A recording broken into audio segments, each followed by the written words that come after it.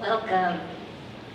Good morning, everyone. Good morning. I am Carolyn Kolovitz. I'm the Spiritual Formation Director here at Judson Church.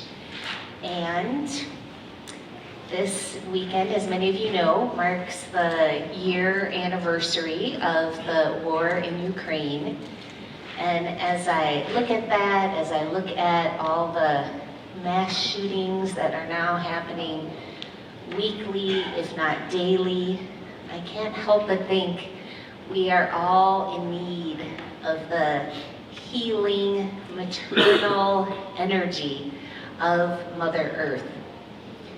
When I was growing up, it was my Polish grandmother who taught me how to be in continual conversation with Mother Mary.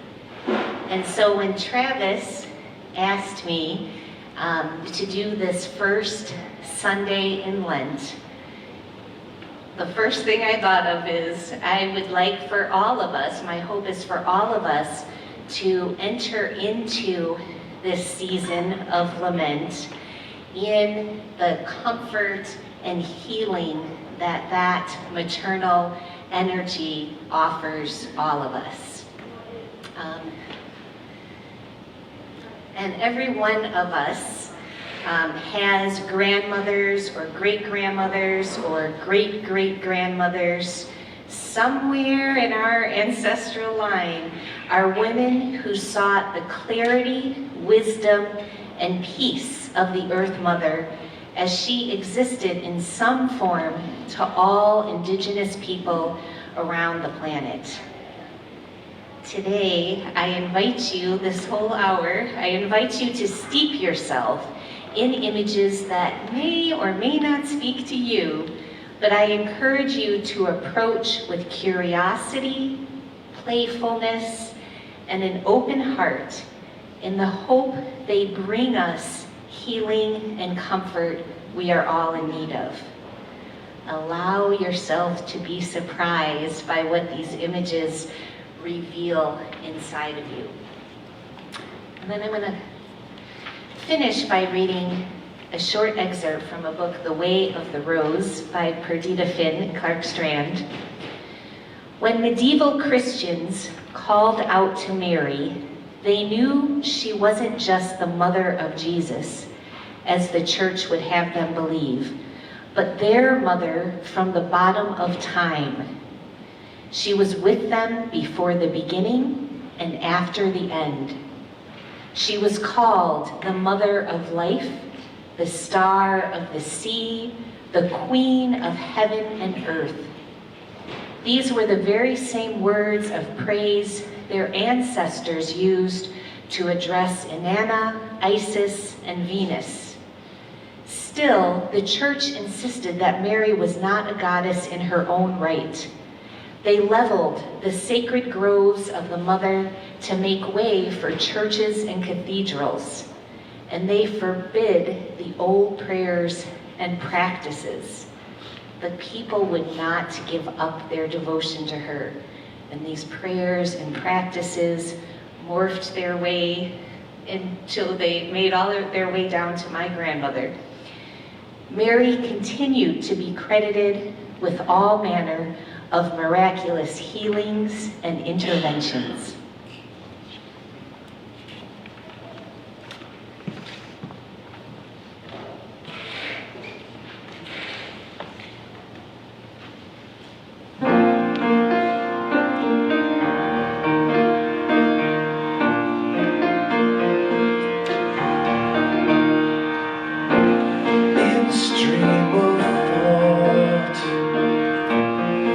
Blend into one around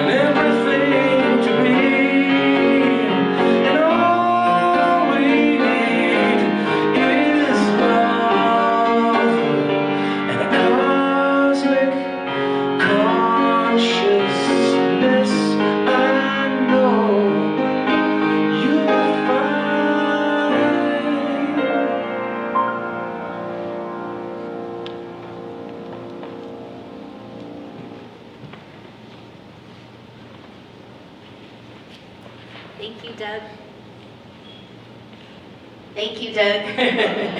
That was so beautiful and just a perfect flow into the rest of our time together. So I'm going to invite you now to greet the people around you, and you can answer the question, when have you had a flash of inspiration? And I'll just give you like a minute and a half.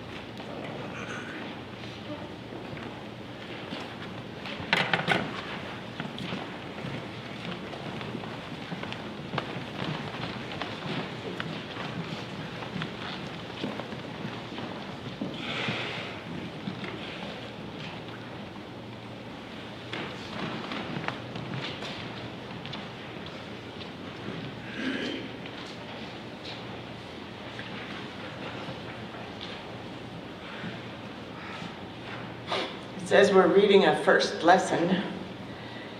This lesson goes way back to Hildegard of Bingen, one of those crazy women who was called a mystic and a composer and an herbalist, and I relate. She had apparently 42 visions, who counted, that revealed to her the mysteries of the universe. In these visions, Sophia, wisdom, took on human form in the person of Mary, mother of Jesus, and it is Sophia, or Mary, who gave birth to the earth and all creation, including a Polish grandmother. And this is by Hildegard in one of her songs of praise. Mary, ground of all being, greetings. Greetings to you, lovely and loving mother. The earth is at the same time mother. She is mother of all that is natural, mother of all that is human. She is mother of all, for contained in her are the seeds of all. The earth contains all moistness, all verdancy, all germinating power. It is in so many ways fruitful. All creation comes from it. You glowing most green verdant sprout. In the movement of the Spirit, in the midst of wise and holy seekers, you bud forth into light. Mary, the heavens gift the grass with moist dew. The entire earth rejoices. From your womb the seed sprouted forth. The birds of the air nest in this tree. Blessed is the fruit of your womb. Your womb's fruitfulness is food for humankind. Great is the joy at this delicious banquet. In you is the fullness of all joy.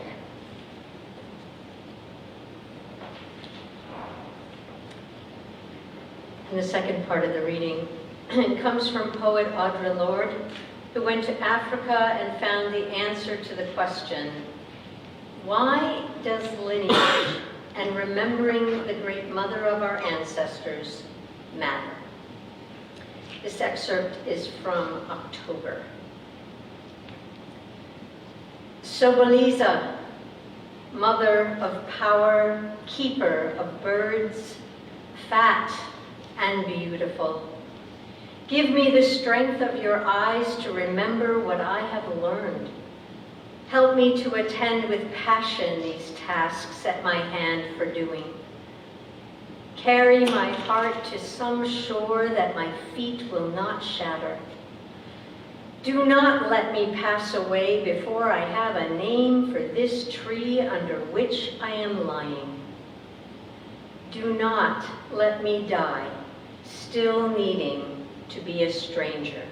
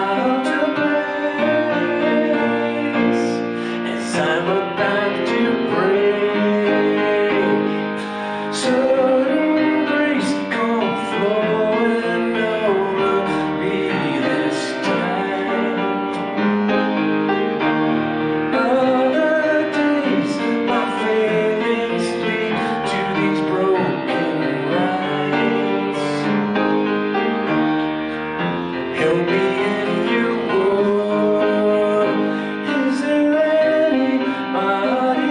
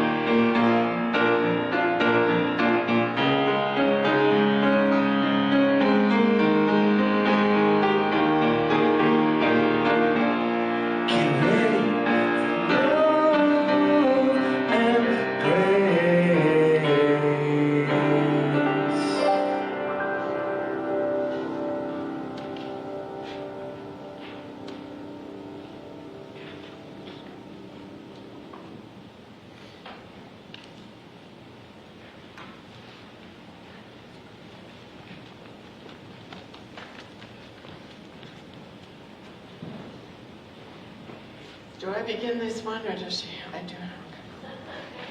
Gotta get it straight. We're jumping 800 years from Hildegard to a poet by the name of Cherry Moraga. In June of 1992 in Watsonville, California, a U.S.-Mexican town of cannery and agricultural workers, a woman reported that La Virgen Maria had appeared to her near the county park lake where her son had drowned a few years earlier. Nearby, a tree took on the Virgin's form in the bark. And here is a poem that came of that, Our Lady of the Cannery Workers by Cherry Moraga.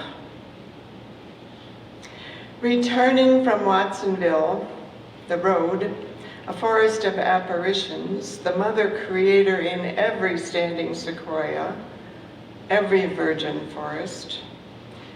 Hecatal follows me, reminds me to listen to the stillness, observe her subtle and violent appearance in pine-scented breezes, copal dancing smoke, in icy San Francisco winds, whipping through open bedroom windows, suddenly slamming doors.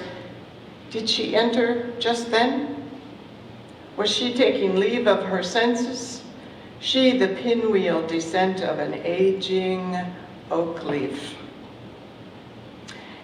Is this the same tree sheltered beneath the giant umbrella of sequoia that bears the shape of Guadalupe in its breast? A tattoo emblazoned into the scaling bark flesh, that same slight inclination of shrouded head, the same copper rose shade imprinted in the tela of Juan Diego's prayer. Tonantzin, te traigo flores. Pilgrims hold up mirrors to the sun. Beams of light ricochet in all directions. Earth Mother colors illuminate coastal gloom. Factory shutdowns, Miagra raids. Ahora la ves? Sí. Dios te salve, Maria. Juanita, vestida de blanco, advises the faithful, let go de su coraje. I thread my angry fingers through the chain link, a sagging fortress of protection. My swollen knuckles woven into the rusting wire like rosary beads of pink turquoise-colored glass, carved pine wood, draped from curling Polaroids. Family prayers hang by a thread of Christmas ribbon. There is one who refuses to pray the Catholic words, buries small ties of tobacco at the four corners. She is Diego's living relative. Her anger, righteous and unforgiving. If La Virgen appeared to me, what would she look like? Not a cannery worker, but a pintora? Sequoia Virgen, I see you in every crevice of your burnt red flesh. You grow old and tall. You fall. You turn to seed.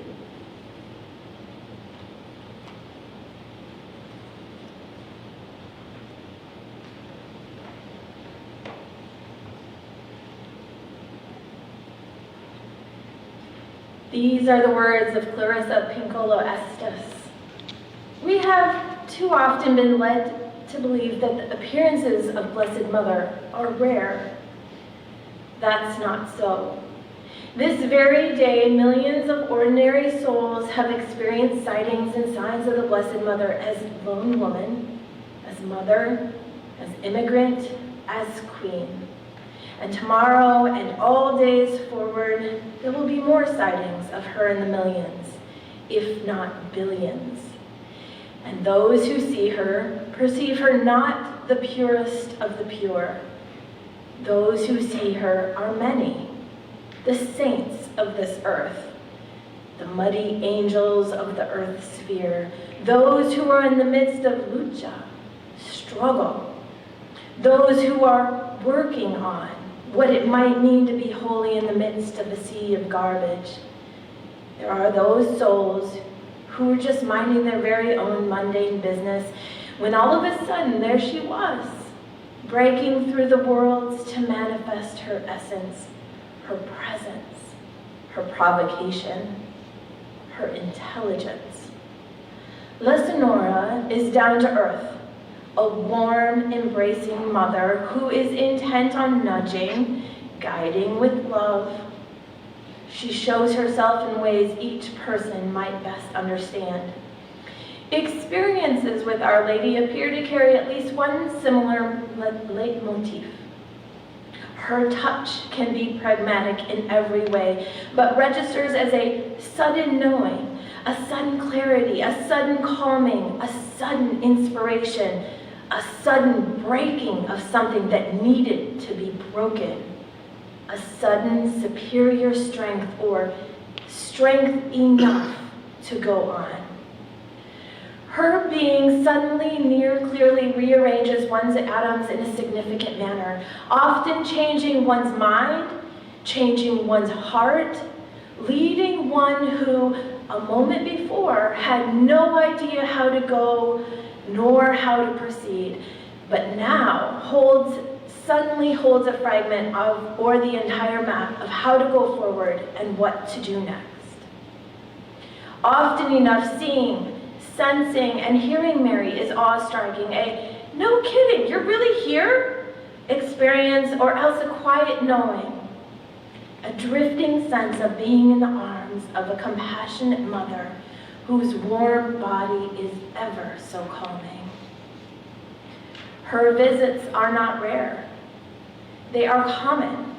A mother does not withhold herself from her children who cry out in need of her. A mother does not only aid perfected children. Truth. I can assure you from experience, no matter how deep in exile you have been forced to, no matter what the wound, no matter what disheveled condition your soul is in, no matter what you have done or not done, call, and she will be there, as you best can comprehend her. She comes as vision, or wrapped for the moment within another human being who suddenly blurts some startling and important words to you, words absolutely needed by you. She can appear to as a stranger who enacts some momentary and dazzling kindness toward you that surprises both of you, perhaps, but also remakes you in ways in that moment, and perhaps the other soul as well. Or you will feel the wind, or the sun, or the rain, or a vista, a creature, or an innocent, and suddenly breathe in an enormous breath that feels as though it is an otherworldly compassion breathing you. And this fills the angelic wings of your lungs to the very nth degree, and your spirit will feel suddenly refreshed. Your soul no longer distressed, but in these moments as sudden peace. In these cases and more, the Great Mother has hastened to your side in all her fullness and with all her might.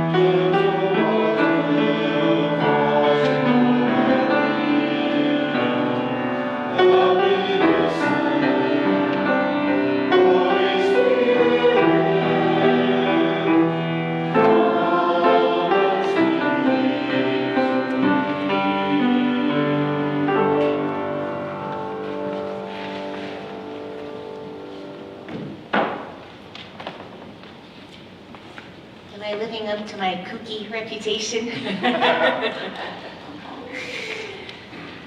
For our guided visualization today, first I'm going to read you this brief entryway. When Christianity collided with indigenous religions around the world, a kind of nuclear fusion unfolded between the Earth Mother and the Mother of Christ. The apparition known as Our Lady of Guadalupe from the Valley of Mexico is a particularly potent example.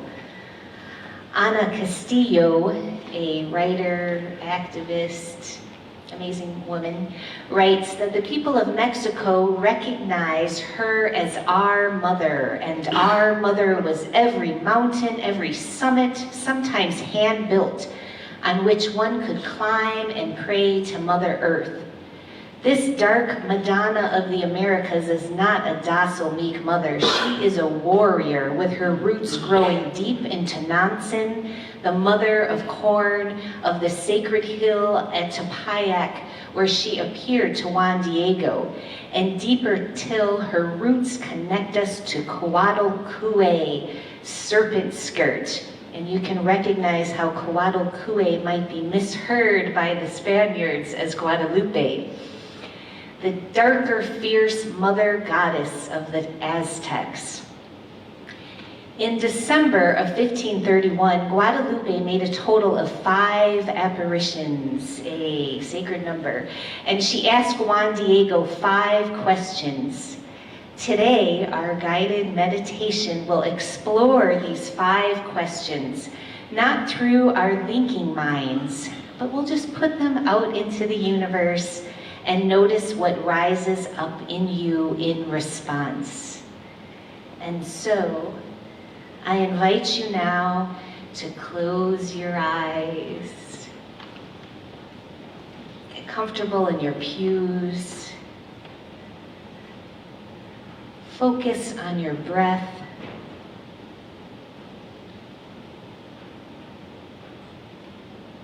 And imagine or feel a stream of air moving up through the soles of your feet, filling your body and your lungs, and then up through your head and out, streaming into a figure 8 above you.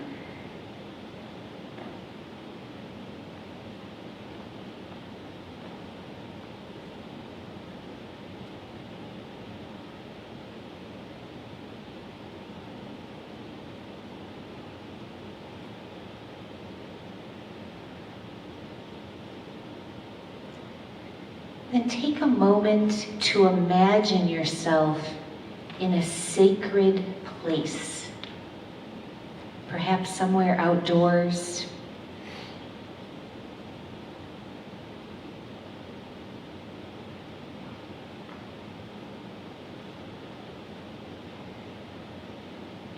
Notice the sights and sounds and smells. The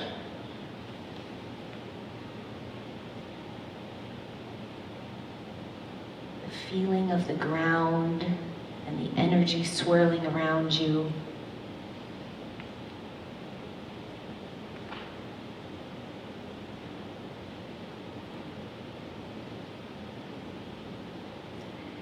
And then hear the question, as it is emblazoned on many Latin churches around the Americas. Hear the question, am I not here, your mother?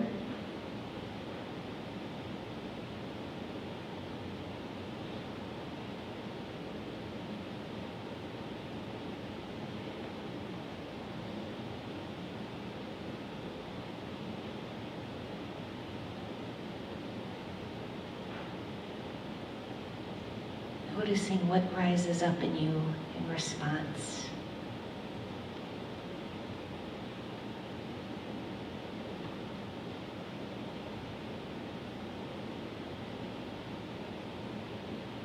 Are you not under my shadow and protection?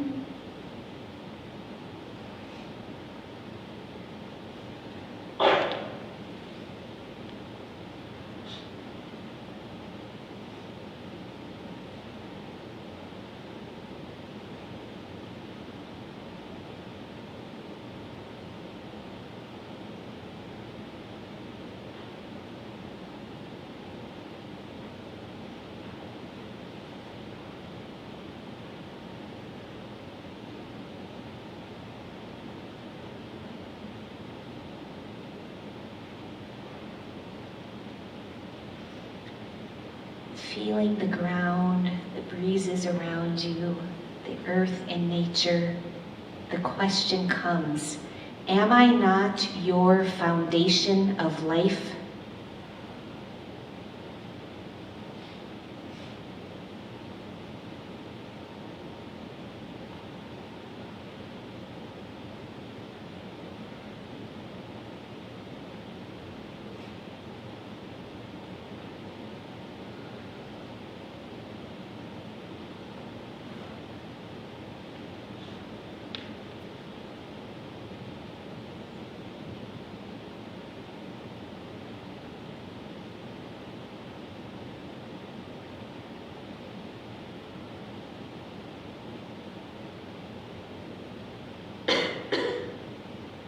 Are you not in the folds of my mantle?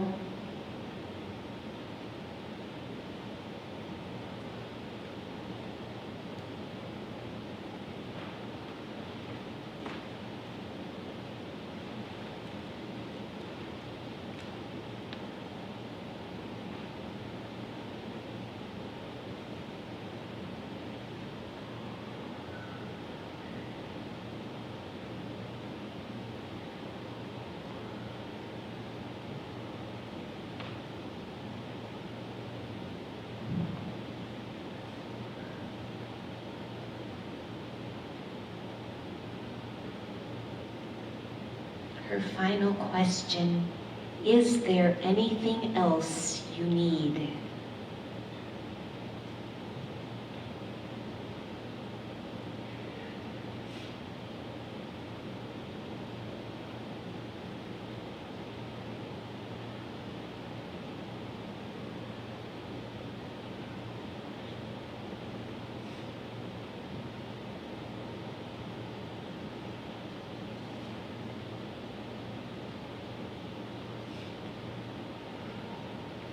Taking a moment now to notice any wisdom arising in you, feeling all the feels that I see on the faces around me.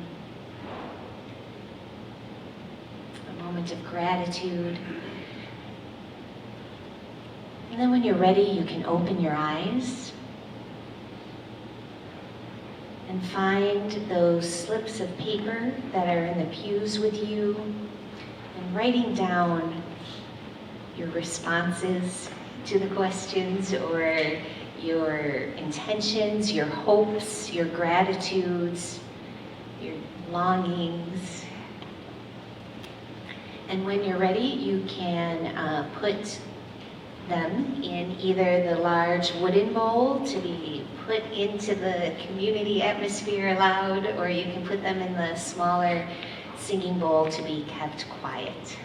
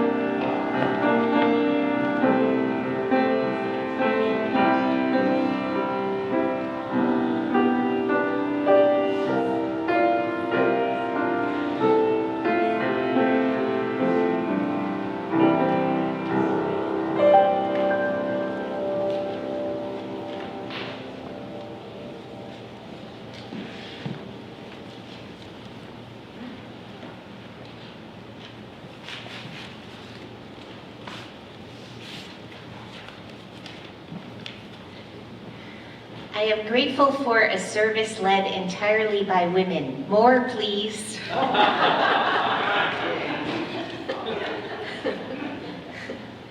Help me more often to ask, to not try to do it all by myself. I'm grateful to God for all of the blessings given to me daily for this life.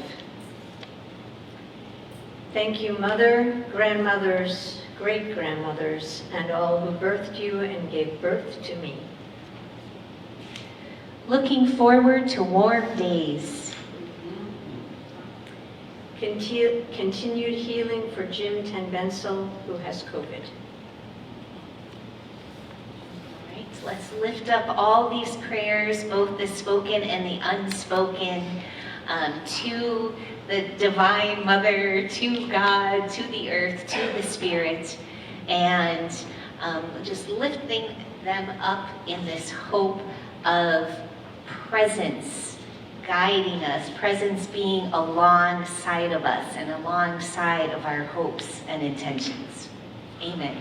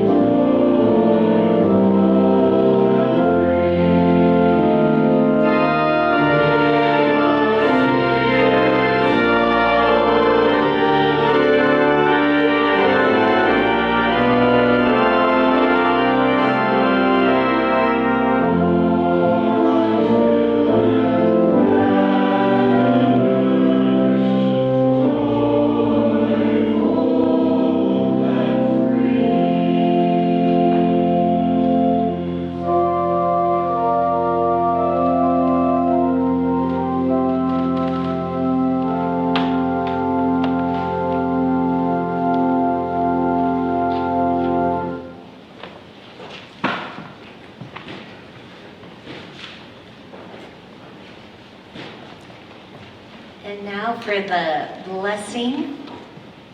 We have a blessing that, the blessing of Guadalupe, that is written on holy cards in the back pockets of many of our Latin friends, and engraved into churches. The blessing of Guadalupe. Have you forgotten? I am your mother. You are not alone. You are under my protection. Anything you need, ask me. Do not worry about anything. Am I not here, I who am your mother? Have you forgotten? I love you and you are under my protection. And now, I'm going to invite Eileen up for some announcements.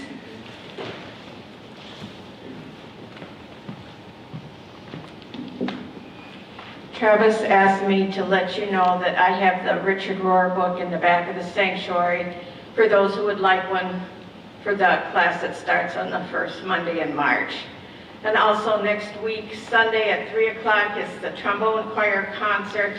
There are postcards in the back if you'd like to help publicize the concert. It's going to be a great concert, 38 plus trombones. Can't ask for more than that. Thank you.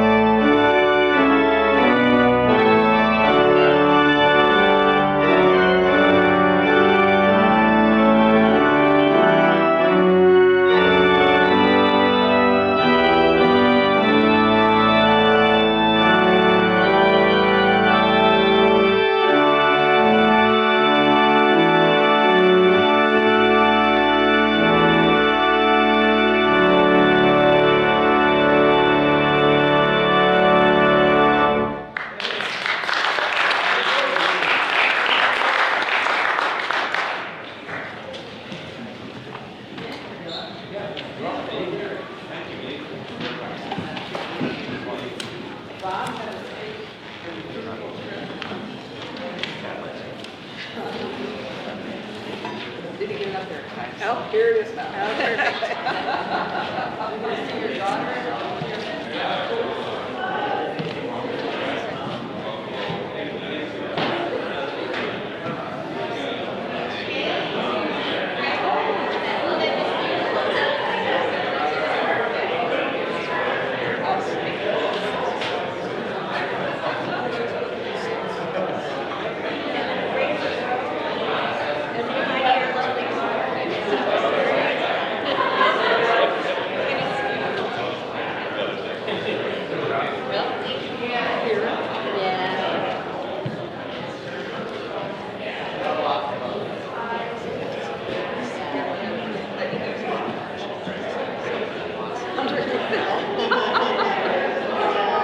Trouble about this time of year. You can't avoid it. There's always something somewhere.